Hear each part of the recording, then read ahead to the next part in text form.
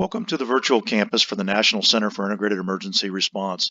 When you log into the campus, you'll load into our grand lobby, and on the morning of your class, your instructors will be waiting to greet you, just as Harry and Brandon are here this morning.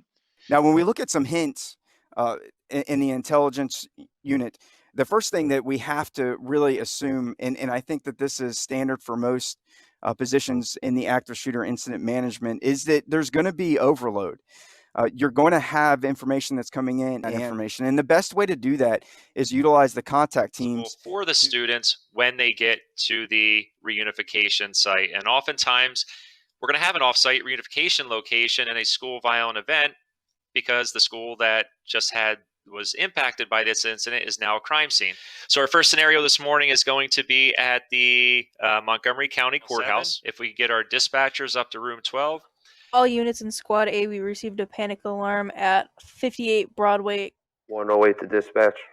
Go ahead, 108. Be 10-9 on location. Any update? 1, engine 2 on scene, paging. So Todd, if you've been assigned triage, you can just head over to that room right there. For contact 2, I'm thinking about having our contact team going to the north side of room 35. Contact 1 and contact 2 are together. We're going to be moving towards the north side of room 35 to engage. All right, so you got. And I'm here. All units be advised, elapsed time 10 minutes. 10 minutes for exercise. Go ahead. All units, room 1 is secured for CCP. 3 reds, 1 green. HRTF, if you want to have your team leader click on your chips and move them over. So the belt, room 1, the courthouse is over here. Triage from rescue task number 2. Division is en route, gang units en route, and for him just to let you know when he's ready to turn the scene over to them. And we're going to give a little PIO briefing here. I'm Mike Potia. I'm the Public Information Officer for this incident. Do you believe there may be a gang problem in our community?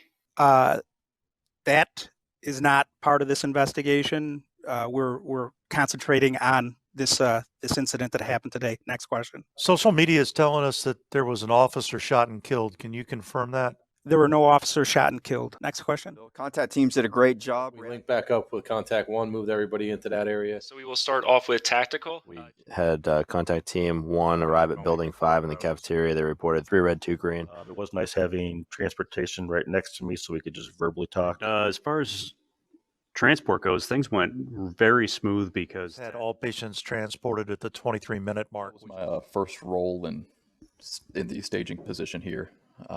And it's definitely a lot of information and a lot to digest. Okay, any questions about either of the scenarios or the morning block before we break for lunch?